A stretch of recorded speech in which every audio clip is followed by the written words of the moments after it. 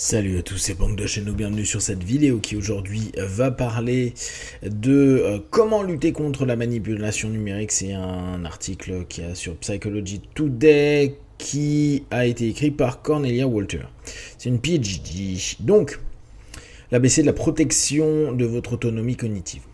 Alors que les capacités de persuasion de l'intelligence artificielle évoluent à une vitesse vertigineuse, nous nous trouvons à la croisée des chemins où les promesses de la technologie se heurtent à son potentiel de manipulation de masse. Bon, la première chose, on reste toujours sur cette idée que depuis bien longtemps, depuis on va dire le début du marketing, on a, avec Bernays notamment, très bien compris comment vendre des produits en masse, comment modifier les personnalités, ou en tout cas comment influencer, d'où le mot aujourd'hui sur internet, de ces vidéastes qui sont des influenceurs, qui orientent vers une consommation, et c'est pour ça qu'ils ont autant de publicité. Donc d'entrée, c'est pas nouveau, c'est pas quelque chose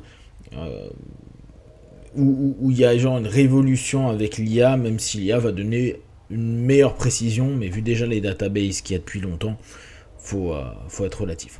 Les mêmes algorithmes qui aident les thérapeutes à motiver leurs patients ou les enseignants à personnaliser l'apprentissage peuvent également servir aux régimes autoritaires cherchant à contrôler les populations. Principe de base, à partir du moment où vous avez de la data, de l'information, vous avez possibilité de manipuler, d'influencer et d'orienter. Comprendre ces implications et développer des défenses est devenu crucial. L'implication de la société et l'éthique. À mesure que les capacités de persuasion de l'IA progressent, nous sommes confrontés à des défis majeurs en matière de discours démocratique et d'autonomie individuelle. En amont, avant même l'IA, il y avait quand même cette problématique parce qu'il y avait les formes de propagande diverses, même si on appelle ça aujourd'hui de la publicité. La loi sur l'IA de l'Union européenne tente de répondre à ces préoccupations, mais la réglementation peine à suivre le rythme avancé de la technologie. Parallèlement, les entreprises technologiques continuent à développer les algorithmes de persuasion de plus en plus sophistiqués avec un minimum de supervision et de transparence. Le plus inquiétant est peut-être la capacité de l'IA à ce que les chercheurs appellent le blanchiment de persuasion, sa capacité à tester simultanément des milliers de variantes de messages, à identifier les points de pression psychologique efficaces et différents groupes démographiques, puis à appliquer ces informations à des millions d'utilisateurs. Menés à cette échelle et à cette vitesse, les tests A et B traditionnels se transforment en véritable guerre psychologique. Bon, là, c'est juste que la masse et la précision vont être de plus en plus importants. Et comme elle va le montrer, c'est à nous de prendre attention. On sait très bien que aujourd'hui, en plus avec les pop-up qu'on a depuis le début d'Internet, on a quand même une résistance, ou en tout cas une habitude, à nous de développer une résistance après de toutes ces pubs, de tous ces spams, de toutes ces invitations à consommer. Et là encore, revenons sur la base, si on s'oriente vers quelque chose de plus simple, et d'être juste dans moins de consommation, ou une meilleure consommation, on va certainement pouvoir se dire mais non, tout ça je m'en fous parce que c'est pas une consommation qui me convient. Alors après, avec vos idéaux, que ce soit de l'écologie, que ce soit du local, il y a plein d'éléments qui vont rentrer et qui vont nourrir votre valeur par rapport à la consommation et à l'orientation psycho-émotionnelle vis-à-vis de produits bien sûr, mais aussi des idéaux politiques, sociaux, etc. La démocratisation de la manipulation numérique. La démocratisation de ces outils signifie que bientôt toute personne disposant de compétences techniques modestes pourra déployer des campagnes de persuasion par IA ciblant des individus et des groupes spécifiques. Les barrières de manipulation psychologique s'effondrent tandis que nos défenses restent ancrées dans l'hypothèse prénumérique sur l'influence humaine. Cette évolution présente une transformation fondamentale dans la dynamique de pouvoir et de persuasion. Auparavant, l'influence de masse nécessitait des ressources considérables, chaînes de télé, presse écrite, budget marketing conséquent, donc là, on est vraiment sur ce qui a existé. Aujourd'hui, un seul individu disposant d'un outil d'IA peut élaborer des campagnes de manipulation personnalisées, ciblant des milliers de personnes simultanément. Là encore, en amont, des personnes qui savent bien gérer les outils, les automatifs depuis des années, qui vous envoie des newsletters, qui s'adaptent par rapport aux data, aux cookies que vous avez laissés, etc. Ça fait quand même un paquet d'années que ça fonctionne. Alors ça va peut-être plus précis, mais je pense qu'on a déjà à l'intérieur de nous un paquet de résistance ou de non-résistance, hein, parce qu'il y a beaucoup de consommation quand même, par rapport à tout ça. Le coût de l'influence psychologique a chuté. Considérez les implications de l'intégrité électorale, les soins de santé mentale et la protection du consommateur. Ça, c'est vraiment intéressant. Hein. Intégrité électorale, soins de santé mentale et protection du conso. Lorsque l'IA peut créer des messages exploitant la vulnérabilité psychologique individuelle avec une précision chirurgicale, les protections traditionnelles deviennent obsolètes. La FTC a commencé à enquêter sur les motifs sombres dans les interfaces numériques, mais l'application de la loi peine à suivre le rythme de l'innovation.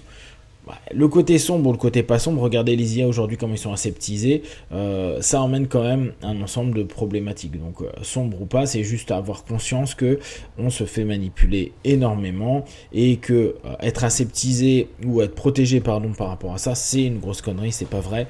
On va toujours pouvoir, comme est dit avec une certaine précision, se faire avoir. Le piège du biais d'automatisation, justement. Le plus inquiétant est peut-être notre vulnérabilité inhérente à ce que les psychologues appellent le biais d'automatisation. Notre tendance à accorder plus de confiance au contenu généré par les machines qu'à ceux créés par les humains.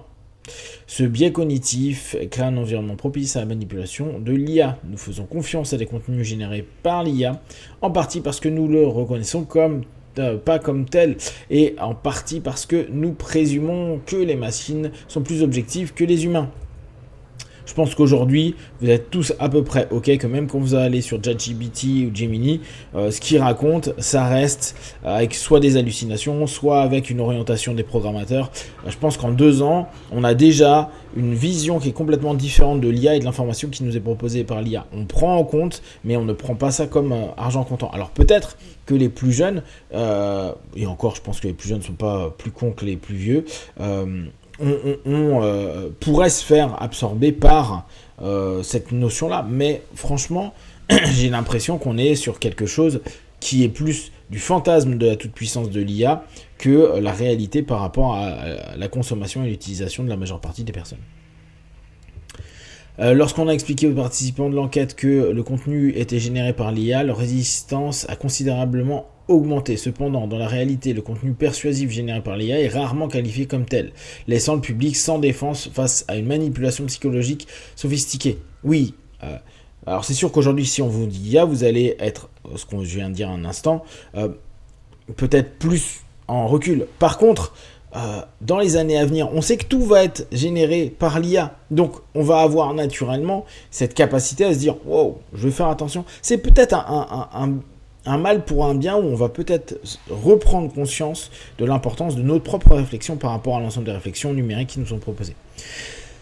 Les implications s'étendent au-delà de la prise de décision individuelle et touchent la cohésion sociale. L'IA peut exploiter des vulnérabilités psychologiques avec précision, comme certains êtres humains. Attention, ne pensez pas qu'il n'y a que les ordis qui savent le faire. Exacerbant potentiellement l'anxiété, la dépression et la division sociale. Regardez les politiques depuis longtemps, et les conseillers politiques, parfois plus que les politiques en tant que tels. Si on oriente et on dirige certaines directions, que ce soit dans les entreprises ou dans un pays, on s'aperçoit quand même que ça joue énormément sur l'anxiété, la dépression et les divisions sociales. Lorsque la persuasion devient aussi ciblée et invisible, les frontières entre l'influence et la manipulation disparaissent complètement. Mais cette volonté de différencier l'influence et la manipulation, c'est vraiment un jeu sémantique qui n'est pas vrai. Quand on influence quelqu'un, on est en train de manipuler, on est en train de l'orienter à décider, choisir quelque chose de bien spécifique. Ramifications économiques et politiques, les implications économiques de la persuasion par l'IA sont considérables. Les études marketing indiquent que le marketing personnalisé peut augmenter les taux de conversion jusqu'à 300%, ce qui est logique. Temu nous le prouve à longueur de temps, on le sait très très bien. Temu a une machine incroyable pour vendre leur merde, et les gens adorent acheter parce que c'est pas cher et c'est sympa. Appliqué à grande échelle grâce au système d'IA, cela se traduit par une influence économique sans précédent sur le comportement du consommateur. Sur le plan politique, cette technologie représente une menace existentielle pour le processus démocratique. Le processus démocratique, il n'a pas eu besoin de l'IA pour être complètement embourbé dans des affaires, dans le fait de bourrer dans les bureaux de vote, etc., l'ensemble des éléments, faut arrêter de déconner. Ça va être plus précis, mais la manipulation, elle existe depuis la nuit des temps, que ce soit en politique, en marketing, dans le rapport avec les autres. L'IA peut élaborer des messages politiques individualisés qui répondent à des profils psychologiques spécifiques, influençant potentiellement les élections par une manipulation micro-ciblée, plutôt que par une persuasion de grande échelle.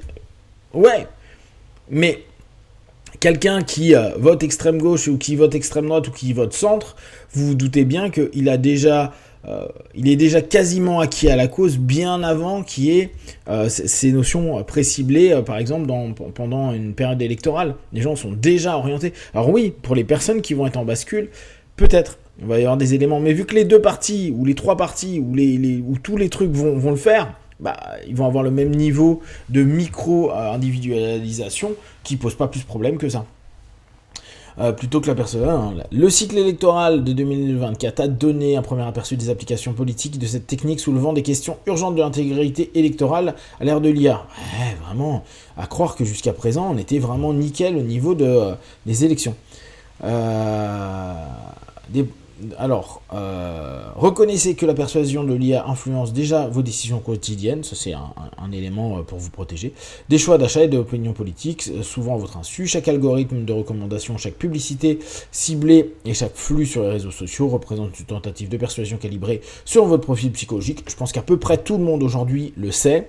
Ça ne veut pas dire que vous n'allez pas l'acheter ou pas consommer ou pas répondre ou pas créer une émotion, ça c'est vrai. Mais vous en avez déjà conscience et à partir de là, vous avez déjà un pouvoir qui est présent et que vous pouvez exploiter largement. Accepter qu'une immunité totale de l'influence de l'IA est irréaliste, ça, c'est pas un problème, on s'en doute bien. Mais j'ai envie de dire, une influence de l'humain, croire qu'on est aussi complètement protégé, c'est une grosse connerie aussi. Donc ça voudrait dire que des personnes pensent que des humains ne peuvent pas les influencer. Mais que l'IA pourrait le faire.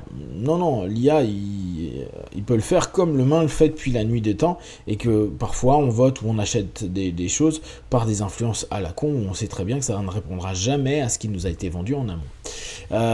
L'objectif est une résistance éclairée et non une protection totale. Même la connaissance de ces techniques n'enlève rien à leur efficacité, mais elle offre une marge de manœuvre cognitive essentielle. Je vous rappelle, pour ceux qui avaient lu Hypnose et Manipulation, que je vous avais proposé, et sur toute façon générale les vidéos sur hypnose et manipulation, c'est ce que je vous disais, ceux qui pensent parce qu'ils connaissent les techniques qu'ils ne vont pas se faire avoir, c'est une grosse connerie, tout le monde se fait avoir, et on se rend compte parfois qu'on se fait avoir en se disant il est fort, et notre processus cognitif il est complètement absorbé, on a notre facteur de jugement qui a un temps de retard, et on se fait avoir sur ce qui est en train de se passer alors qu'on s'en rend compte.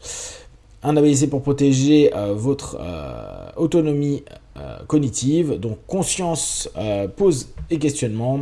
Avant de répondre à des décisions influencées par des contenus en ligne, demandez-vous, alors j'ai envie de dire contenu en ligne et contenu non en ligne, vu que les gens que vous avez rencontrés dans la rue, parfois ils sont briefés ou ils ont une orientation déjà préétablie par une IA, ou par simplement des humains très malins qui ont fait un ensemble de démarches et de questionnements qui fait que vous êtes déjà dans énormément de principes d'influence. Demandez-vous, ceci pourrait-il être généré par une IA ou par un humain qui veut manipuler, Qu'est-ce que cela essaie de me faire ressentir ou faire? Idem pour l'humain, créer un pare-feu mental. Ok. Croyance, diversifier vos sources d'information, recherchez activement des points de vue opposés et des sources non numériques pour contrer les chambres éco-algorithmes. Oui, mais attention, n'allez pas sur l'IA pour demander un contre-truc.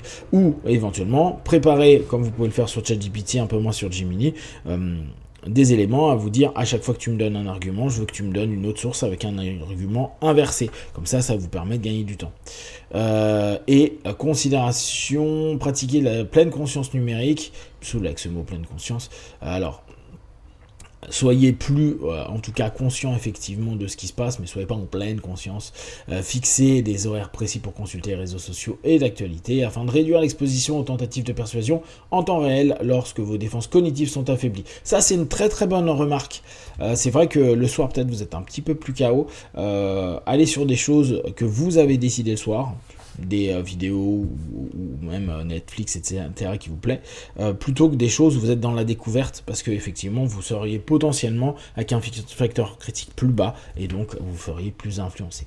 Si vous avez des questions et des remarques, partagez-les sur Facebook, YouTube, j'y répondrai le plus rapidement possible, comme d'habitude. De tout ce que je propose, ne prenez que ce qui est bon et juste pour vous tester, observer, analyser et conclure. Be one, ciao.